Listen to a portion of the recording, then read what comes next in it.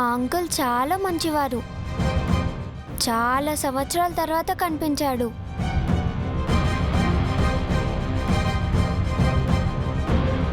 ఇన్నాళ్ళు ఎక్కడికి వెళ్ళిపోయారు, ఎక్కడున్నారని అంకుల్ని అడుగుదామనుకున్నాను. ఇలా జరిగిపోయింది.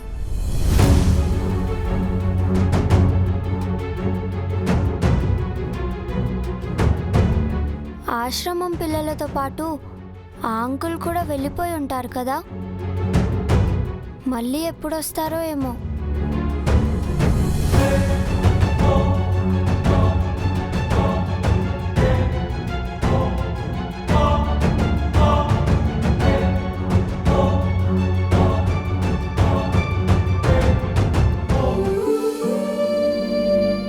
ఏమైంది?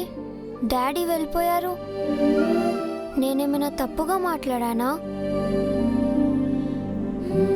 లేదంజు, నువ్వు తప్పుగా ఏం మాట్లాడలేదు. మరెందుకని డాడ్ సడన్గా వెళ్ళిపోయారు?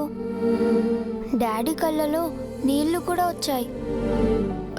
అది డాడీ కళ్ళల్లో నలక పడినట్టుంది. అది తీసుకోవడానికి వెళ్ళారు. నువ్వు రెస్ట్ తీసుకో అంజు. అమ్ము, ఆనంద్, ఆకాష్, మీరు అంజు దగ్గరే ఉండండి. నేను కూడా అక్క దగ్గరే ఉంటానమ్మా.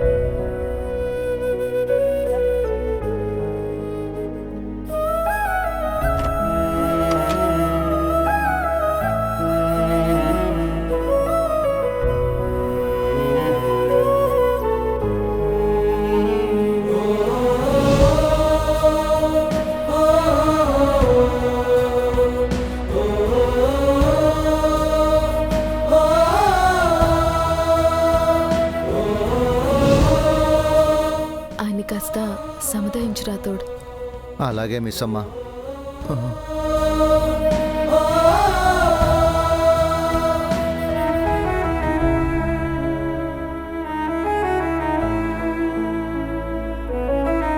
సార్,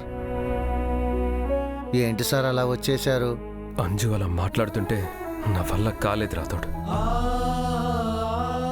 అంజుకి రణ్వీర్ తన కన్న తండ్రి అని తెలీదు. కానీ ఆ తండ్రిపై ప్రేమ, అతనికి నీళ్లు ఇవ్వలేకపోయాను అన్న బాధ, ఆ తండ్రిపై తెలియకుండానే ఆ ఆరాటం, మమకారం, రక్త సంబంధం అంటే ఇదే కదా రాతోడు. అక్కడ అంతమంది ఉన్నాం, మనం ఎవ్వరం ఆ రణ్వీర్ని గుర్తుపట్టలేకపోయాం. రణ్వీర్ కూడా తన కూతురు అని తెలియకపోయినా అంజుని గుర్తుపట్టలేదు. కాని అంజు గుర్తుపట్టింది. తనకే తెలియని తన కన్న తండ్రిని గుర్తుపట్టింది. God is great Rathod. అంజుని కన్న తల్లి నిర్దాక్షిణ్యంగా తనని వదిలేస్తే, ఇక కన్న తండ్రేమో కసాయివాడిలా మారిపోయి కన్న కూతురునే కిడ్నాప్ చెయ్యాలి అనుకున్నాడు.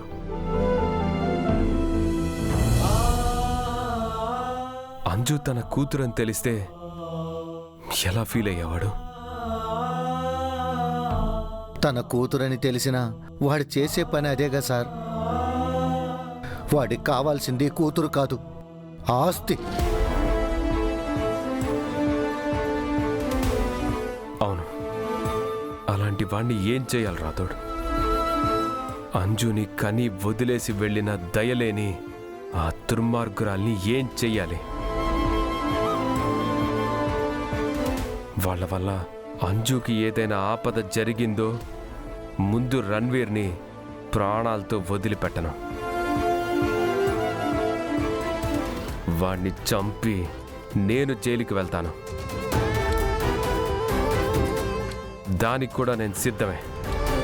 అంజుని టచ్ చేస్తే వాడి చావు నా చేతుల్లోనే.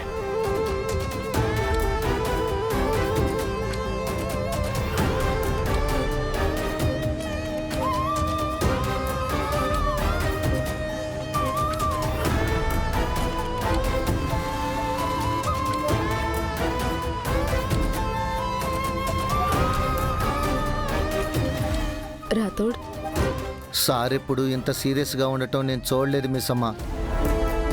జైలు నుంచి రణవీర్ రిలీజ్ అయ్యి హైదరాబాద్ వచ్చి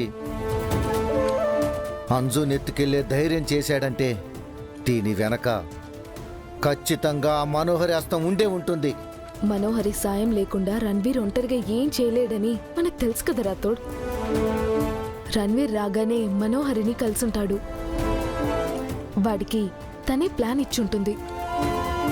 కన్న కూతురని తెలియక ఆ కసాయి తల్లిదండ్రులు దారుణమైన ఆట ఆడుతున్నారు. రణవీర్ సంగతి సార్ ఎలాగూ చూసుకుంటారు మిస్ అమ్మ. మనోహర్ నేను చేద్దాం. తన గురించి సారుకు చెబుదామంటే మీరే వద్దు అంటున్నారు. దేనికైనా టైం రావాలి రాథోడ్. తొందరపడకూడదు. ఏది తొందరపడి చేయకూడదు. నేను తిరిగి వచ్చింది మనోహరి ఆట కట్టించడానికి.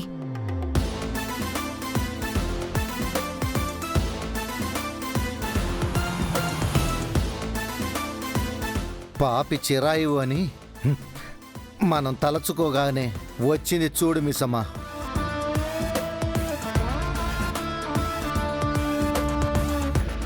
మీరిద్దరూ బయట ఏం చేస్తున్నారు? మీరిద్దరు ఎక్కడికి వెళ్ళొస్తున్నారు? అదా రణ్వీర్ దగ్గర.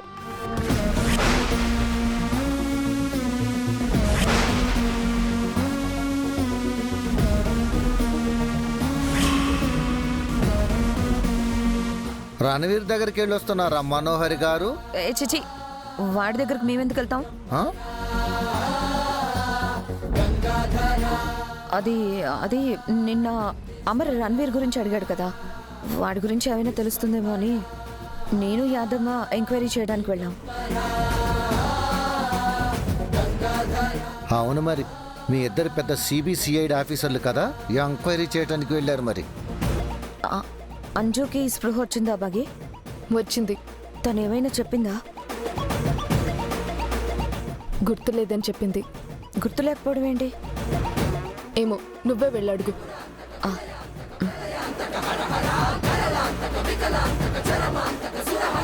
చూసావా మిసమ్మ, చెయ్యాల్సిందంతా చేసి మళ్ళీ ఏమీ తెలియనట్టు మాట్లాడుతుంది.